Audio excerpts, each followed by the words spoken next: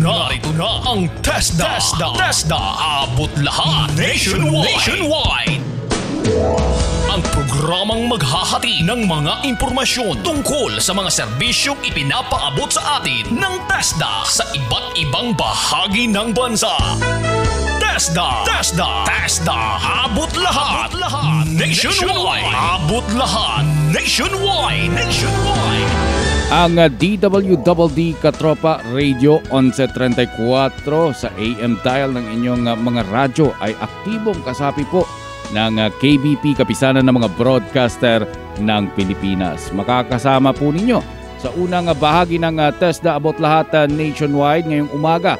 Ang inyong lingkod, Wilnard Basilonia, na siyang magbabahagi ng mga balita at TESDA updates mula sa iba't ibang bahagi ng ating bansa. Sa atin pong latest sa TESDA mamaya, makakasama naman natin si TESDA 7 Regional Director Andrew Bido, na siya po naming namang magbabahagi sa atin ng mga inisyatibo at pagsisikap ng TESDA para maipaabot ang serbisyo nito sa ating mga kababayan diyan po sa Central Visayas. Mga maiinit na balita at kaganapang ihahati ng TESDA Information Officers mula sa iba't ibang panig ng bansa. Ito ang TESDA Update. Una po sa ating mga balita, formal nang binuksan ng TESDA ang Pasay Makati District Training and Assessment Center o PMDTAC na maaaring magamit ng ating mga scholars na nagmumula sa nasabing distrito.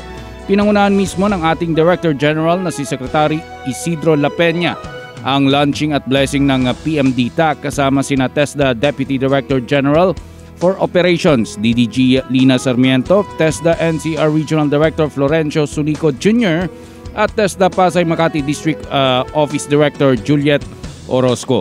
Ayon kay La Peña, ito ang magsisilbing training arm ng PASMAC District na siyang magbibigay ng serbisyo sa mga TESDA scholars mula sa mga lungsod ng Pasay at Makati na dati anyang dumudulog pa sa ibang TESDA district offices upang sumailalim sa skills training o sa training assessment. Malaki naman ang pasasalamat ni na District Director Orozco at Regional Director Sunico sa patuloy na pagpapaganda at pagpapalawak ng pasilidad ng TESDA NCR upang mapalawak din ang serbisyong na ibibigay nito para sa mga TESDA scholars sa Metro Manila. Tiniyak naman ni Director Orozco na sisikapin ng PMDTAC na magbigay ng mas malawak na serbisyo hindi lamang para sa mga taga-Pasay at Makati kundi pati na rin sa lahat ng Pilipino na maaari nitong mapagsilbihan. Ang PMDTAC ay nagbibigay ng training programs tulad ng Domestic Works NC2, Barangay Health Services NC2, Contact Tracing NC2, Driving NC2, Produce Organic Vegetables Leading to Organic Agriculture Production NC2, Produce Organic Fertilizer Leading to Organic Agriculture Production NC2, at Produce Concoctions and Extra Organic Agriculture Productions NC2. Maaari rin itong magbigay ng training assessment para naman sa mga nagtapos sa kursong tulad ng Domestic Works NC2 at Barangay Health Services NC2. Inaasahan naman na dadagdagan pa ng PMDTAC ang mga kursong inaalok nito tulad ng Masonry NC1 and NC2, Carpentry NC2, Tile Setting NC2, Electrical Installation and Maintenance NC2, Bookkeeping NC3, Trainers Methodology Level 1, Events Management NC3, Housekeeping NC2 at NC3, Food Processing NC2 at Plumbing NC2. TESDA Abot Lahat. Abot Lahat. Sa iba pang balita, TESDA nagsagawa ng industry forum sa lalawigan ng Ifugao. May TESDA update si Stephanie Peligman. TESDA Update. Update. Gamit ang layunin na patuloy na pagbutihin ang pakikipagtulungan sa pagganap patungo sa mas mahusay na technical na edukasyon sa mga kasanayan o TESD, nagsagawa ang TESDA Ifugao ng isang industry forum. Ito'y naganap noong ika-9 ng Disyembre sa IFSU Heritage Convention Hall, Nayon Lamot, Ifugao. Nakilahok ang iba't ibang pampubliko at pribadong technical vocational institutions o TVIs at accredited assessment centers o ACCs. Kabilang din ay ang mga asosasyon at iba't ibang mga stakeholders sa lalawigan. Ang layunin ng forum ay upang ihanay ang mga serbisyo ng TESDA sa mga pangangailangan ng mga industriya, lalong-lalo ngayong panahon ng pandemya. Ang mga naimbitang industry partners ay ang mga national government agencies na naging resource speakers na nagbahagi ng mga uso at umiiral na trabaho, mga prioridad na kasanayan at iba pang pangunahing mga tagabuo upang mapalakas ang ating ekonomiya kahit na kasagsagan ng krisis. Kabilang sa mga napag-usapan noong Industry Forum ay ang mga umuusbong na mga karera o careers at may katuturang kasanayan para sa new normal. Ang presentasyon ay nabalangkas sa mga sumusunod: employment landscape o building blocks of the labor force, pre-pandemic outlook base sa JobsFit Labor Market Information Report 2022 na layuning matulungan ang mga estudyante at mga job seekers na magkaroon ng tamang kaalaman sa pagpili ng kurso, training at career choices. Ilan pa sa mga napag-usapan ay mga new normal emerging jobs at may katuturang skills training gaya ng healthcare workers, online workers, freelancers, home-based works, video game and app makers at marami pang ibang mga trabahong umuusbong ngayong new normal. Nagbahagi naman ang iba't ibang institusyon gaya ng DOLE, DTI, DA ng mga tips at mga topikong mas makakatulong sa mga estudyante at job seekers.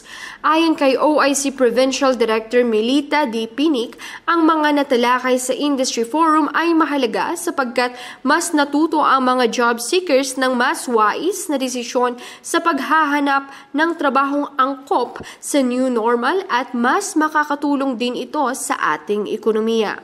At yan ang mga pinakahuling balita sa ating rehiyon mula sa Cordillera Administrative Region. Stephanie Nicole Piligman para sa TESDA Abot Lahat Nationwide. TESDA Abot Lahat. TESDA Abot Lahat. Maraming salamat Stephanie Peligman ng Cordillera Administrative Region. Sa kabilang dako, itinuloy ng TESDA ang pagsasagawa ng Inter-Regional Skills Competition ngayong taon sa pamamagitan ng online kasama ang Region 4A, Region 9 at National Capital Region. Ginanap ang kompetisyon noong December 21 hanggang December 23 ng taong 2020 habang ginanap naman ang closing ceremony nito noong nakarang araw ng Huwebes, January 14, 2021. Sa IT Software Solutions for Business competition na nilahukan ng mga kinatawan mula sa NCR, nagwagi si Gabriel Gators na siyang nakakuha ng gold medal, habang nakakuha naman ng bronze medal sina John Philip Gyang at Michael Angelo Galvez. Sa Region 9 naman, nakuha ni Arnold Ernesto Jr. ang gold medal, silver medal naman para kay John Harry Contrivida at nakuha naman ni Jomlo Andres Gaco ang bronze medal. Sa larangan ng Graphics Design Technology Competition na ginanap sa Region 9, nagwagi si Angelo Tuting na siyang nakakuha ng gold medal. Si Gisabel Tubang naman ang nakakuha ng silver medal at Romel Jun Salak ang nanalo ng bronze medal. Hindi rin pahuli ang mga taga Region 4A o Calabarzon Region na lumahok sa Web Technologies Competition kung saan ay napanalunan ni Edward John Andal ang gold medal, Jericho Rivera para sa silver medal at Ivan Luis Delgado naman ang nakakuha ng bronze medal. Sa kanyang mensahe, binati ni Secretary Isidro La Peña ang mga nanalo at maging ang mga organizers ng Inter-Regional Skills Competition sa panguna ni na World Skills Philippines National Technical Committee Vice Chairperson at TESDA 4A Regional Director Tony Jun Tamayo at National Technical Co-Chairperson, Skills Competition Director at TESDA Deputy Director General for Operations Lina Sarmiento. Ikinagalak ng kalihim na naituloy pa rin ang Interregional Skills Competition sa kabila ng ating nararanasang pandemya. Tulad na rin anya ng pagpapatuloy ng TESDA sa pagtupad sa mga mandato at programa ng ahensya. TESDA Update! TESDA Update! Mga nagsanay sa ilalim ng AFP OVAI Urban Farming Training Program sa NCR, nagtapos na. Yan ang TESDA Update na ihatid ni William Del Rosario. TESDA! Abot lahat! TESDA! Abot lahat! Abot lahat! Isinagawa ang closing ceremonies ng Afubay Urban Farming Training Program sa Regional Training Center NCR noong ika-16 ng Disyembre kung saan 78 residente ang kabilang sa pagsasanay sa programang ito. Karamihan sa mga nagsanay ay mga former generals at ilang miyembro ng kanilang pamilya. Ang training program na ito ay nagsimula noong ika-23 ng Mayo ngayong taon na may mga layunin na i-develop ang mga bakanteng lote sa Afubay Subdivision at makapagsagawa ng community-based training. Ang mga nagsanay ay sumailalim sa 8 oras na online at hands-on training sa pamumuno ng TESDA Women's Center. Ang pagtatapos na ito ay nilahukan ng ilang residente ng Afubay na nagtapos upang kumatawan sa kani-kanilang lugar sa Afubay habang ang iba ay lumahok sa palatuntunan gamit ang Zoom. Ang hepe ng TESDA na si Secretary Isidro La Peña ay dumalo rin mismo sa palatuntunang ito upang personal na magbigay ng mensahe sa mga nagtapos ng programa at ipahayag ang kasiyahan sa kaganapang ito. Pakinggan natin ang kanyang mensahe sa mga nagtapos. Telling everyone, started in the barangay where you are located. So, sabi ko kay Andy John, sabi ko, let's start it here. And then, masipag naman, when nakapag-usap kami nila Pipes, and then I'm sure na tinikap din yan sa mga officers ng Afubay. And then, itong pinag-usapan namin, and this became what it is now today. Yan. So, I'm very happy na even in the difficult times of the pandemic, we were working on this. At lalo nating na-feel during the time of pandemic na mas kailangan pala natin yung agriculture, yung urban farming. And we can do it even during mga difficult times just like this. In fact, one of those that was exempted ng IATF sa mga restriction is agriculture. Reason is it's because we have to produce food para sa mga taong bayan. Kaya naman, of course, nung nag-open tayo, it was virtual din tayo, but we were able to open. And we have started. And I am very happy na makita yung mga experiences ninyo aside. Ang mga dumalong nagsanay ay nagdala ng kani-kanilang pananim para ipakita ang bunga ng kanilang pagsasanay at nagdala rin ng harvest basket para ibigay bilang token of appreciation sa TESDA. May mga piling kalahok na nagbahagi ng kanilang experience at nagpaabot ng pasasalamat. Ang presidente ng Afubay ay inirekomenda na magsagawa muli ng pagsasanay para sa iba pang mga taga-roon na hindi pa nakapagsanay. Mula sa TESDA National Capital Region, William Del Rosario, para sa TESDA, abot lahat nationwide. TESDA Update! TESDA Update! Thank you William Del Rosario sa TESDA update na yan. Suportado ng pamahalaang panlalawigan ng Tarlac ang pagpapatayo ng karagdagang pasilidad sa kasalukuyang Provincial Training Center sa nasabing lalawigan. Kasama ang kanyang staff, pinangunahan ni TESDA o ni Tarlac PTC Administrator Leonardo Tabamo ang pagdalo sa session ng Sangguniang Panlalawigan ng Tarlac na ginanap noong araw ng Martes, January 12, 2021.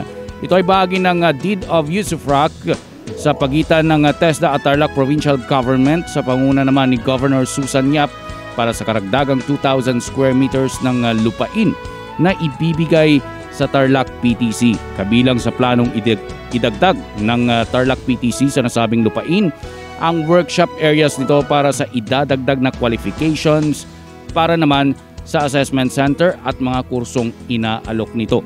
Malaki naman ang pasasalamat ng Tarlac PTC sa pamahalaang panlalawigan ng Tarlac, lalong-lalo na kay Governor Yap at maging sa sangguniang panlalawigan ito sa buong sumusuporta sa nasabing inisyatiba. TESDA, abot lahat. TESDA, abot lahat. Mga learning modalities ginamit ng TESDA Batangas para maipagpatuloy ang training ngayong pandemya. Ang detalye ng TESDA update na yan ay magmumula kay Lenny Aquilo. TESDA update. Alinsunod sa ipinalabas na patnubay ni TESDA Secretary Isidro S. La Peña, naiangkop sa makabagong panahon ang pagpapatupad ng mga programa ng ahensya upang hindi maantala ang paghahatid ng mga kasanayang makakatulong sa pagpapaunlad ng kabuhayan ng ating mga kababayan.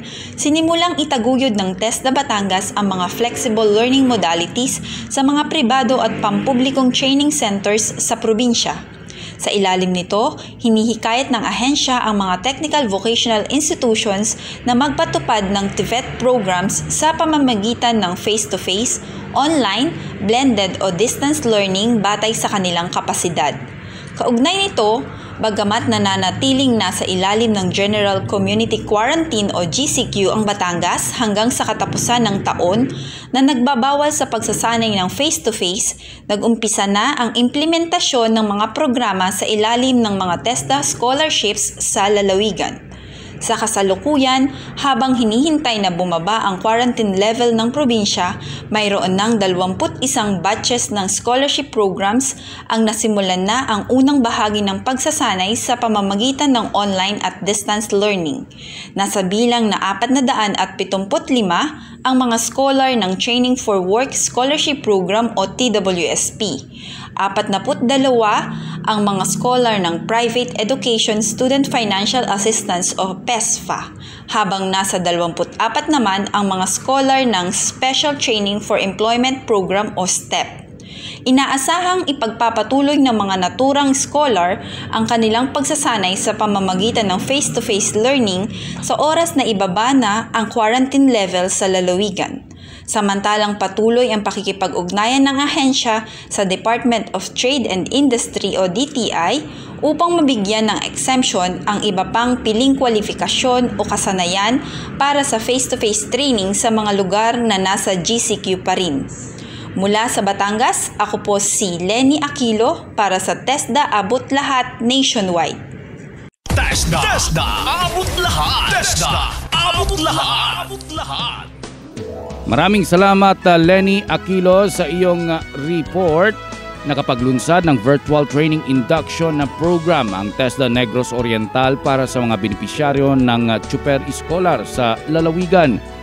Abot sa 420 benepisyaryo ang makakakuha ng full scholarship package mula sa Department of Transportation at TESDA mula sa siyam na transport cooperative sa Negros Oriental. Kabilang sa nasabing scholarship package na matatanggap ng mga benepisyaryo ang libreng skills training, libreng training assessment, 1-year accident insurance, internet allowance, personal protective equipment allowance at daily training support fund para sa buong duration ng kanilang pagsasanay. Sumailalim naman ang scholars sa orientation para malaman ang mga programa at serbisyong ibinibigay ng TESDA, partikular na ang Chuper Scholar na kanilang mga benepisyo, commitment of undertaking at compliance sa minimum health protocols ngayong pandemya.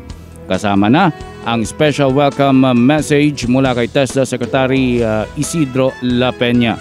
Ang Chuper Scholar ay naayon sa nilagdaang Memorandum of Agreement ng TESDA at DOTR para sa implementasyon ng Public Utility Vehicle Modernization Program na naglalayong masolusyonan ang potential social impacts ng proyekto na kinikilala din nito ang pangangailangan ng mga apektadong stakeholders, kabilang na ang kanilang mga dependents. TESDA Update. Pagsasanay sa Sitio Blit Lake Cebu South Cotabato magpapatuloy ngayong taon. Carl Mike Tabingo para sa TESDA Update. TESDA, abot lahat. TESDA, abot lahat. Nasasabik na kinuha ng mga taga-Sitio Blit ang kanilang mga solar panels matapos ang kanilang pagsasanay sa photovoltaic installation na ibinigay ng TESDA 12. Nagkailaw ang 100 na mga bahay na minsan naging madilim sa Sitio Blit sa loob ng halos 7 dekada. Ayon pa kay Sitio Leader na Lim Dudem, 44 anyos, na unang pagkakataon ng kanilang pamilya na magliliwanag ang kanilang tahanan dahil na rin sa mga solar panels na handog ng TESDA noong nakaraang Pasko at Bagong Taon. Dagdag pa ito na hindi na mahihirapan ng kanyang mga anak sa pagbabasa ng kanilang mga takdang aralin dahil hindi na madilim tuwing gabi sa kanilang tahanan. Ang Sitio Blit ay isa sa mga sitio sa Region 12 na bibigyan ng solar panels ng TESDA sa pamamagitan ng Project Tala or TESDA Alay Aliwanag at Asenso. Maliban sa 100 na mga solar panels ay nadagdagan pa ito ng 150 mga benepisyaryo pa upang masakop ang lahat ng mga tahanan sa Blit na matagal nang nasadlak sa kadiliman. Matatandaan na noong buwan ng Enero 2020 ay unang naglabas ng mandato si TESDA Director General Secretary Isidro S. La Peña na pailawan ang mga lugar na hindi naaabot ng kuryente at serbisyo ng gobyerno. Ngayong 2021, sa pag-uumpisa ng taon ay nakatakdang magsanay pa ang 150 mga individual na mga karagdagang benepisyaryo ng programa ng photovoltaic installation at iba't ibang programang pang-agrikultura.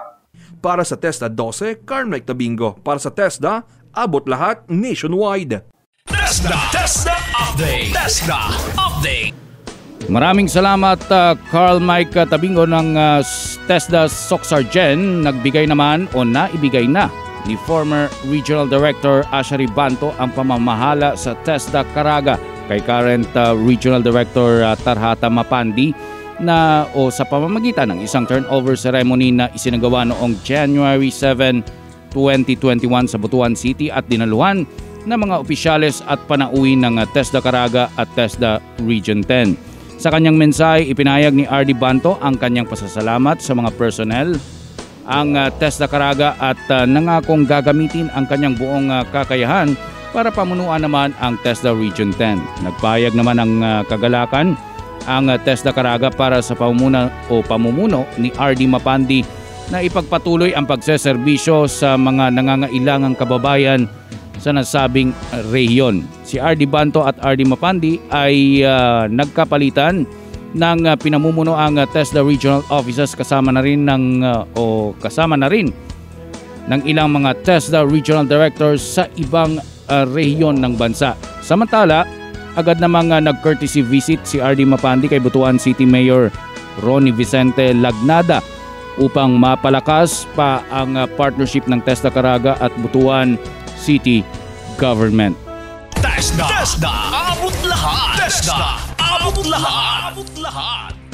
Susunod na po ang latest sa TESDA, kasama pa rin ang inyong lingkod at si Jet Pagaran para makapanayam naman si TESDA 7 Regional Director Andrew Bido sa ating pagbabalik mga ka-TESDA.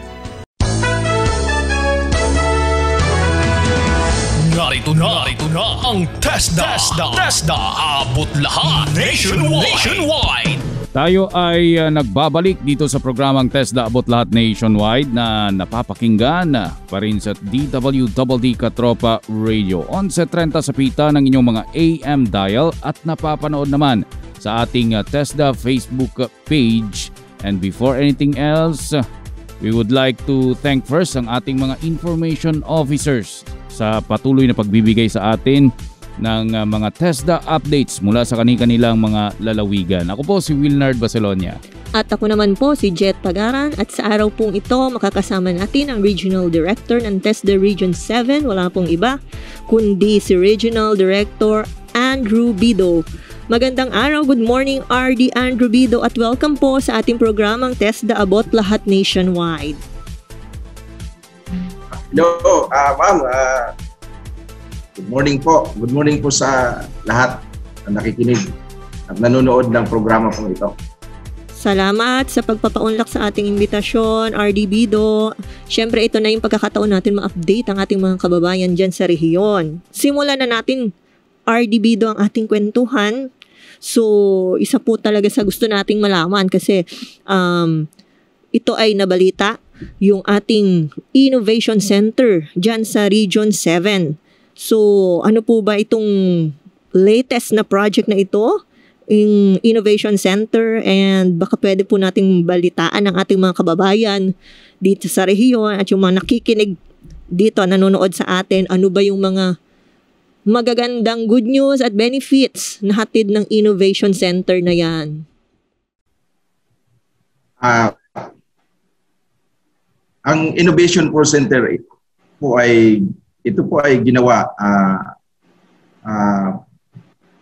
because if you will read the Philippine Constitution, it is expressly provided for in one of the provisions of the Constitution to have innovation in the advent of the modern technology, which specifically is the Fourth Industrial Revolution. Kaya mayroon po tayong Innovation Center para po ang ating mga estudyante ay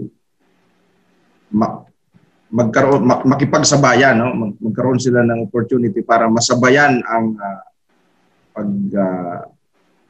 pagkakaroon ng Fourth Industrial Revolution, kung saan ay ang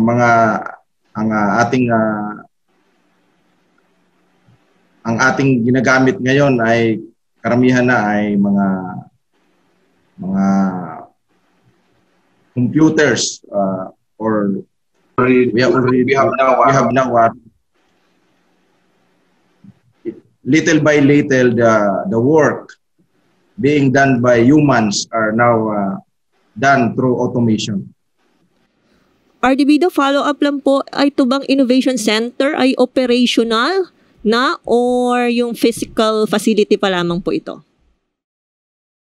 Nagkaroon pa lamang po tayo ng inauguration at sa ngayon po ay wala pa po tayong mga equipment at hindi pa tayo operational.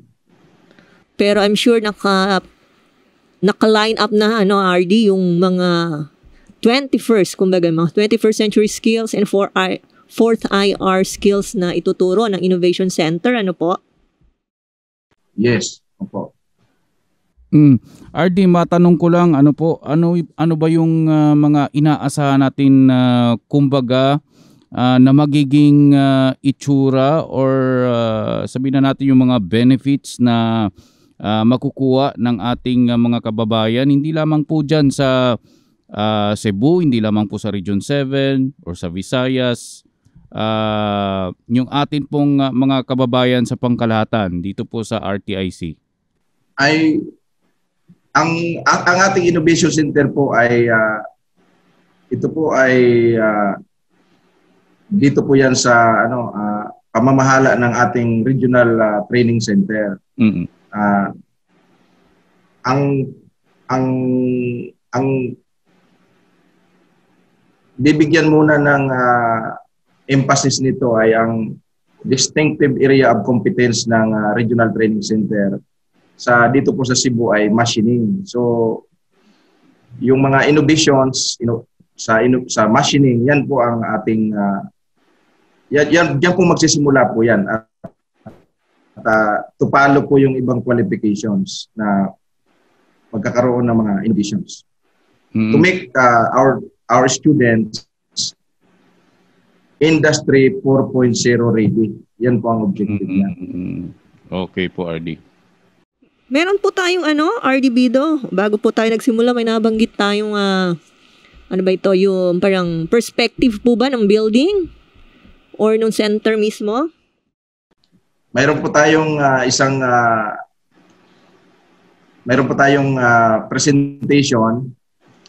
Ito po ay ito po ay para magkaroon lang po tayo ng idea kung ano ang magiging itsura or interior design ng ating Innovation Center, kasi ang Innovation Center po natin ay although tapos na, wala pa naman siyang mga furnishings. Opo. So pwede po ito ma-consider or can be considered as a sample para ma-present natin para kung bibigyan kung ipapagandahin po natin yung ating Innovation Center or lalagyan ng mga equipment. Okay, so siguro Wilnard pwede natin ipakita? Yes, oo. Interesado rin po kami, RD, na makita or mapanood kung ano talaga yung mukha or magiging mukha ng ating RTIC. Kauna-unahan, actually, Miss Jet, dito sa ating bansa. So, susunod po natin na question, RD. Actually, napakaganda. Napanood natin Miss Jet yung nasabing presentation, and ito pala yung tinatawag nating RTIC dyan po sa Region 7. Excited tayo dyan. Yes. And actually, isinusulong po ngayon sa Central Visayas. Ito pong tinatawag naman nating enterprise-based training. Medyo bago po. Ito po sa ating pandinig. Para saan po ito, RD, at para kanino ang pagsasanay na ito? Ang pundasyon po ng enterprise-based training ay nakasaad sa Section 2 ng ating Republic Act 7796 or TISDA Act of 1994, kung saan ay ini-encourage natin ang partisipasyon ng mga iba't ibang sektor at in particular yung ating private enterprises na maging participant po dito, kasi sila din po ang beneficiary. They are the beneficiary itself because kung sila po ang magbibigay ng training, ay ito po ay angkop doon sa kanilang industry.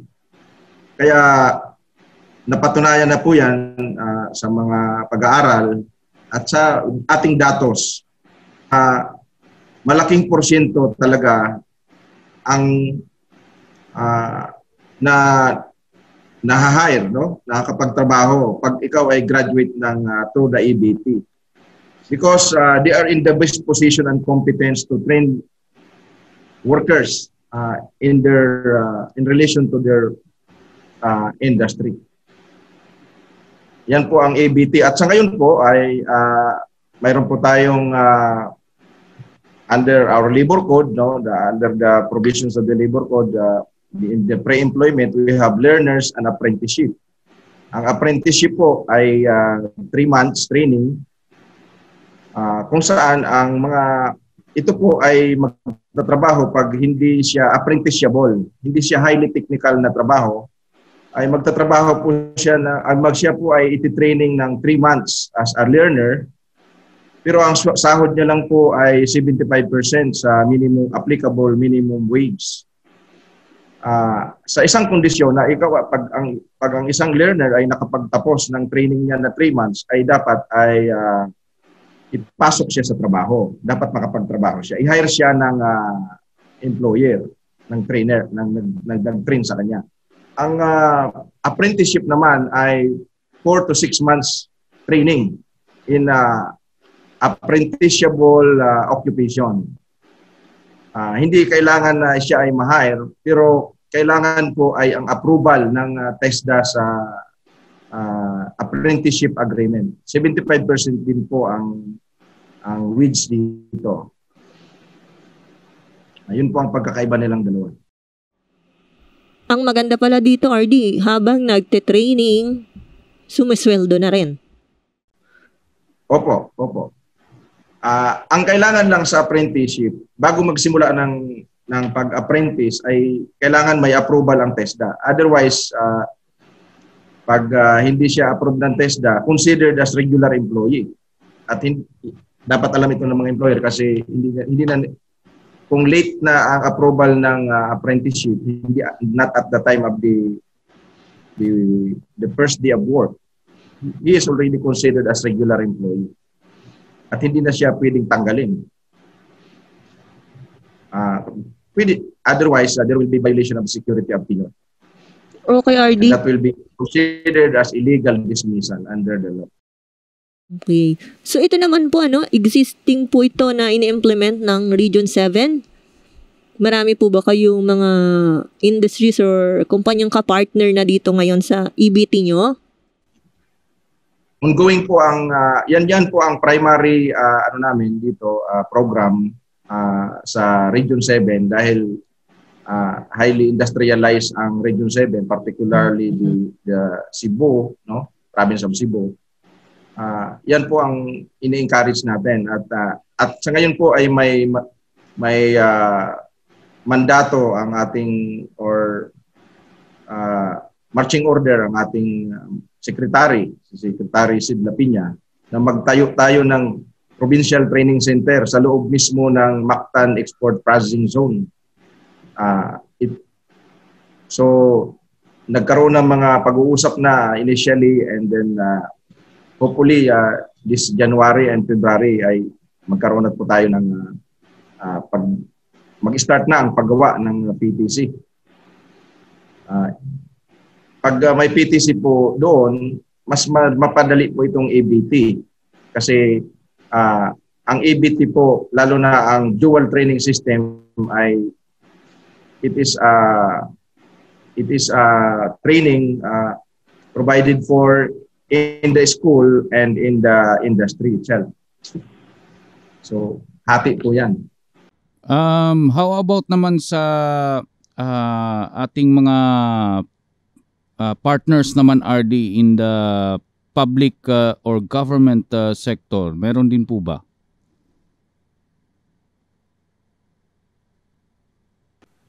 Sa public sector? Opo, especially po sa ating mga sa local government units. Opo.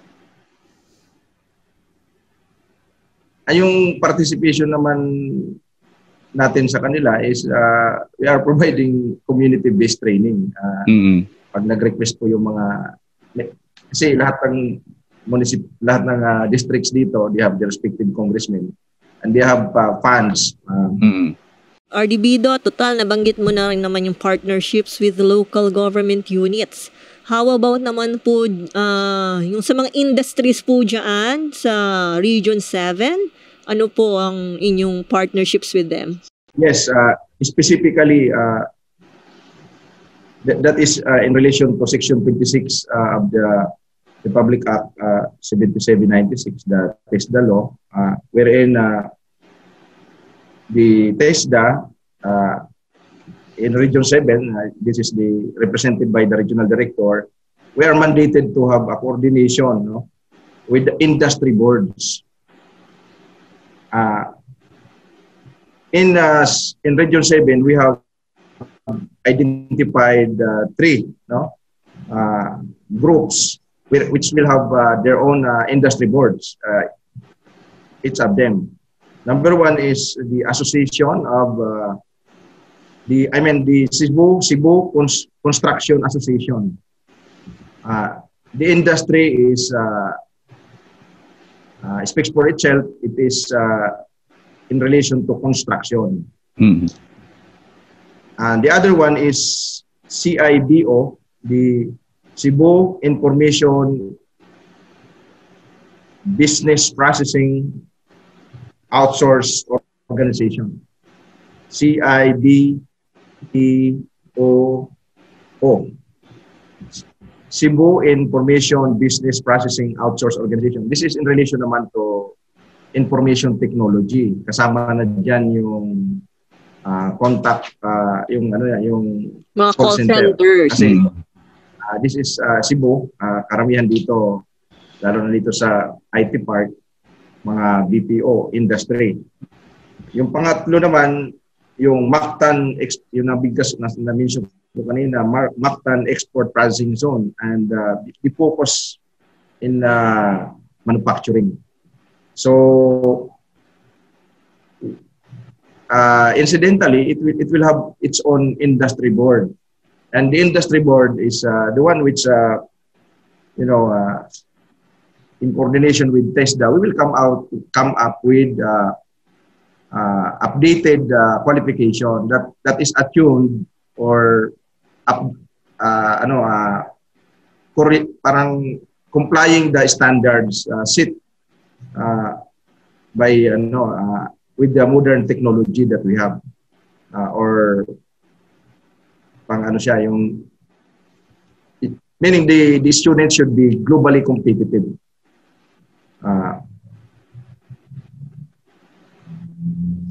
and in accordance with yung Fourth Industrial Revolution. Opo. Yung bago. Opo. So Kasi parang international level. Halimbawa, yung we go back to construction, the field of construction. So susugan natin yung rekomendasyon ng Cebu Construction Association kung nagbago na yung mga ginagawa nila sa kanilang mga industry. And that will help us. I mean, yan ang innovation, our innovation center will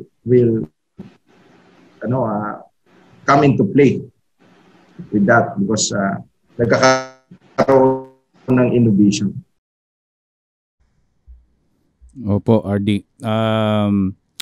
Lahat po actually, halos lahat po ng atin pong nakakapanayam dito po sa ating programa, especially po sa mga regional directors, and kinakamusta po natin yung pong situation on different provinces, especially sa inyo pong region. Nais po nating malaman and ng atin rin pong mga ka-TESDA kung paano naman po nakakope up yung pong TESDA Region 7 dito po sa nararanasan nating pandemic. Ganun po. Very active po ang Region 7 in collaborating with the Department of Health and the LGUs. In fact, we have produced PPEs, yung ginagamit ng mga hospital. And for the record, we have more than 2,000 PPEs given to Vicente Soto Memorial Medical Center. And mga 20,000 siguro na face mask. At kasalukuyan po ay gumagawa kami ng mga face mask dito. Hanggang ngayon. Tuloy-tuloy po ang inyong Tuloy-tuloy. How about naman po sa ating mga trainings, RD, sa ating mga kumbaga pa mga regular programs natin like sa scholarships, did it affect po ito pong pandemic, and nag-boost ba po kayo ng inyo pong mga courses na pwede pong ma-recommend through TESDA online program? Yes, opo. We have now in the whole I have a data here, in the whole for this year, for the year 2020, we have 35,000 graduates, 35,057 graduates. Broken down as follows. In Bohol, we have 10,020. In Cebu, 13,773. Negros Oriental, 8,870. And in Siquijor is 2,394 in different qualifications. Madami rin po ang nagtapos dyan. Anyway, ongoing pa po yung... Ongoing pa, yes. Ongoing pa po. May mga ron pa tayo mga... In fact, yung mga sleepover, yung mga training. Okay. Ngayon ng taon, kakapasok. Actually, RD, ito ay ating episode for the year 2021. Siguro excited din na malaman ng ating mga kababayan dyan po sa Central Visayas ano ang plano ng TESDA po para sa kanila, para sa ngayong taon. Ano ang pwedeng maasahan ng ating mga kababayan dyan for this year? May bago po ba tayong mga projects? We have, at present, we have the following. Can I discuss this all? Yes. Number one is TESDA 7 will be implementing the BRT, the bus rapid transportation, under the modernization program of public utility vehicles with the Department of Transportation, amounting to 51 million. And then Innovation Center will be fully utilized in compliance to the regional requirements of the local industries. We are also pushing for greater participation by the industries in the crafting of training regulations, as we have discussed. And then we are supporting all the efforts of the central office under the leadership of Secretary Sid Lapina. And then in his program, TESDA Abot Lahat. And incidentally, we would like to congratulate the leadership of TESDA through Secretary Sid Lapina because we have because of his management, talagang ang TESDA is now recognized as one of the performing agencies of the country. And we'll do it here also in Region 7 to be recognized as the best performing regional office in relation to the development programs of this region. To be a partner of the region in the development program, and for the to help our marginalized sectors of society. Ayun. So meron po ba kayo RDing mga nais pasalamatan or mensahe po sa ating mga ka-TESDA, especially po dyan sa Region 7? Nagpapasalamat po kami kay Secretary Mike Dino of the Presidential Assistant for Central Visayas sa pagtiwala niya at patuloy na pagsuporta sa mga programa ng TESDA, at kay Governor Gwendolyn Garcia na lagi po namin pinupuntahan at lagi kaming sinusuportahan sa mga aming mga ginagawa, at lahat ng mga congressman na strongly supporting to the programs of TESDA, and all the governors, Governor Yap of Cebu, Governor Digamo of Negros Oriental, and Governor Villa of Siquijor, and all the municipal mayors and city mayors, and of course the regional TSDC who are also very supportive, and all the technical vocational institutions who are also delivering according to the training guidelines of TESDA to produce highly skilled and globally competitive workers. Okay, maraming salamat po sa mga latest updates na yan. Maraming salamat sa pagpapaunlak nyo sa amin dito sa inyo po, mga Kit-Agaran at mga kasamahan niyo po, nagpapasalamat. Pinapasalamatan ko din po, ma'am, ang ating mga Deputy Director General, Deputy Director General Ros Ordanita, Deputy Director General Ma'am Lina Salinto, Deputy Director General Jan Bertes, Deputy Director General Louie Kesumbing. Yes. And all the executive directors.